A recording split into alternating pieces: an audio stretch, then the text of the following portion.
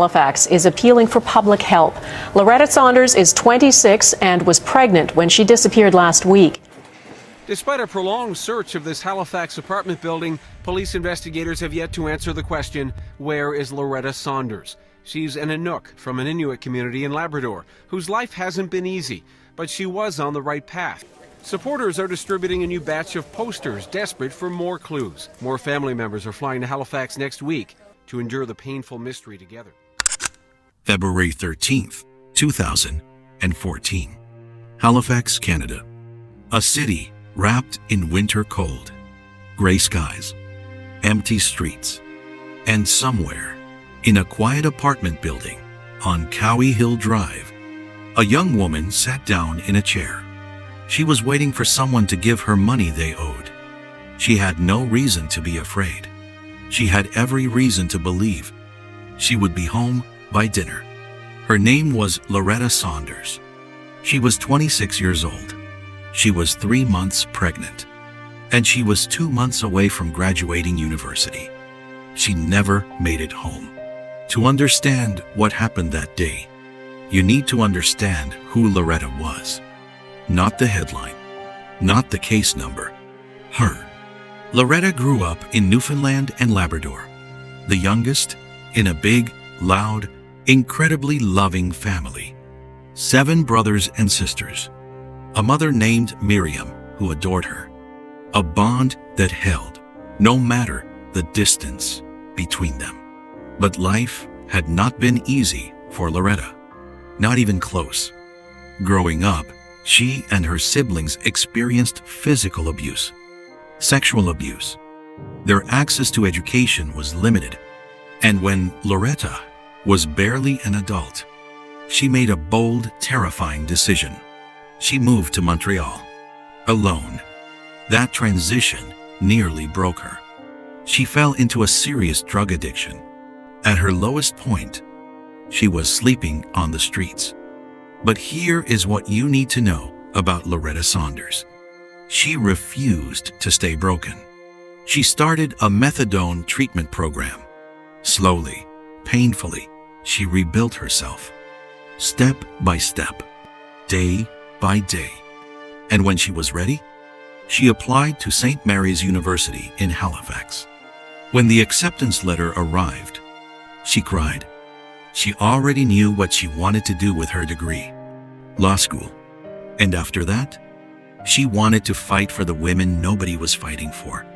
For her thesis, Loretta chose to write about the crisis of missing and murdered Indigenous women and girls in Canada. This wasn't just an academic exercise. This was personal. This was her community, her people. Her pain turned into purpose. She even dreamed of making documentary films about it one day. She wanted to give a voice to those who had been silenced.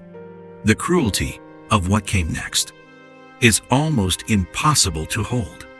By early 2014, Loretta's life looked like everything she had fought so hard to build.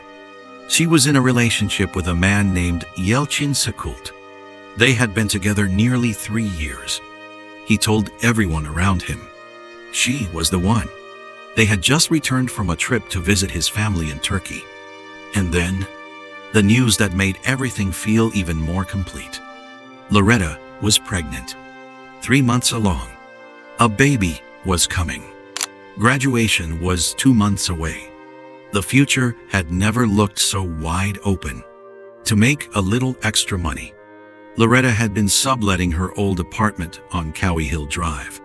The tenants were a couple, Blake Leote and Victoria Henry. From the beginning, the arrangement had been troubled. They paid late, sometimes not at all. By February 2014, they owed Loretta $600. $600. She had asked them to leave. They hadn't. So on the morning of February 13th, Loretta went to collect the rent, to settle it once and for all. She arrived at the building just before 11 a.m. Security cameras captured her walking through the front door. That was the last time anyone outside those walls saw Loretta Saunders alive.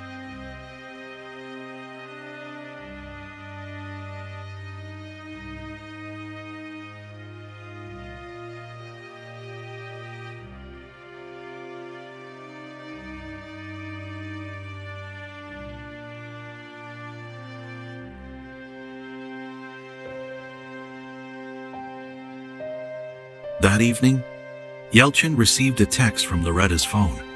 "I'm so nervous. I can't even remember my own mother's maiden name." He read it again. Something was off. The words didn't sound like her. A few minutes later, another message. "I'm going to stay at a friend's place tonight. I'll talk to you later." No explanation. No name. No warmth. Loretta, who called home almost every hour of every day, had gone completely silent. By morning, Yelchin called her family. Had anyone heard from her? No. Had anyone seen her? No. Her car was gone, but everything she owned was still in the house. 3 days later, police were called. A missing persons report was filed. Officers searched Yelchin's home. They searched the apartment on Cowie Hill Drive. Everything looked clean. Too clean. The tenants, Blake and Victoria, told investigators they had no idea where Loretta was. They said they were 200 miles outside the city. They said they couldn't help. Then, detectives discovered that Loretta's bank card was being used. Contactless payments. Store purchases. A Tim Hortons, 10 miles from her apartment. Security cameras caught a woman in a blue jacket paying with the card. It was not Loretta. Another camera. This time through the windshield of Loretta's car. The driver was not Loretta.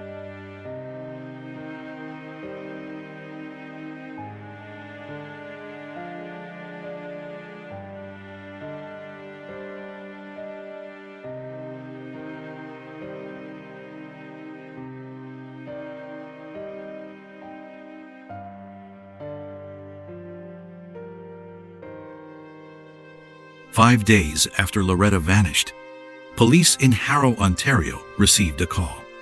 A car had been found. Loretta's car, parked outside a private house. And inside that house were Blake Liot and Victoria Henry. They were arrested for possession of a stolen vehicle. Back in Halifax, detectives returned to the surveillance footage from the apartment building. They watched and rewound and watched again. February 13th, 2:30 inches the afternoon. Blake Liot walks out of the building. In his hands is a large hockey bag. It looks very heavy. He carries it outside, goes back in. 30 minutes later, he comes out again. More bags. Then a third time. This time, Victoria is with him. The detectives watching that footage later said, it felt like watching something they could not unsee, because by that point, they already suspected what was inside. Neither Blake nor Victoria said a word.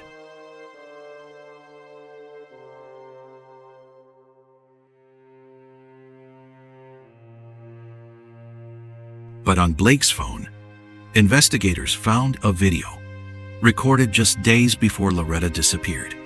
Blake and Victoria, drunk, arguing. And in that video, Victoria's voice, clearly audible. You can't even admit that you want to kill Loretta. A pause. You said it earlier. You said you want to kill her. Detectives played that video for Victoria. Are you hungry? Stop it! Are you hungry? Wait for me. Are you hungry? You can't even say that you really want to kill Loretta. Really? And you said that you want to kill her earlier. When did I say that? Don't lie about who I want to kill, and maybe you should stop lying. Who do you want to kill then? You're the one who says, You "Oh, I want to you kill just Loretta. I you can't you wait just till said she comes back you're here." okay. After a long silence, she finally spoke. He did it, she said. He killed her. He suffocated her with a bag. The motive? $600. $600 in unpaid rent. Before the trial began, both Blake and Victoria pleaded guilty. An agreed statement of facts was submitted to the court. And in that document, the truth about February 13th was finally laid bare. City paid tribute to Loretta Saunders. Her 2 roommates are now charged with murder. Loretta was sitting in a chair, waiting, calm. She had no reason to expect what came next. Blake walked up behind her and began choking her. Without warning, Loretta fought. She fought with everything she had. She tore through plastic bags he placed over her head. She tore through every one. He slammed her head against the floor. Twice. The second blow ended the struggle. He wrapped her head in plastic. He placed her inside a hockey bag. He dragged that bag down the stairs and loaded it into the trunk of her own car. Then, Blake and Victoria drove away. They stopped at a store, a Tim Hortons. They used her bank card to buy food. Victoria used Loretta's phone to text Yelchin, pretending to be her, pretending everything was fine. 2 weeks later, Victoria agreed to show investigators a location on the side of a highway, roughly 300 miles from where it all began. Loretta's body was found, still inside the hockey bag. The autopsy confirmed she had been suffocated. She had fought until the very end. Blake Liot pleaded guilty to first-degree murder. He received a life sentence, no possibility of parole for 25 years. Victoria Henry pleaded guilty to second-degree murder. She also received a life sentence, but she would be eligible to apply for parole in 10 years. The judge described the crime as disgusting, horrific, cowardly. Those words echoed through the courtroom. For Loretta's family, they weren't nearly enough. Loretta's mother, Miriam, stood outside that courthouse, and she said what every person in that room was already feeling. A pregnant woman, a small little pregnant woman, 2 big monsters. They murdered her without mercy. And I think we should have no mercy on them. Why? Her voice broke, then steadied. I'm hurting. I'm going to miss my girl. And she got 10 years. Now what kind of justice is that? You tell me what kind of justice. A pregnant woman, a small little pregnant woman, 2 big monsters. And you know, they say they give us justice.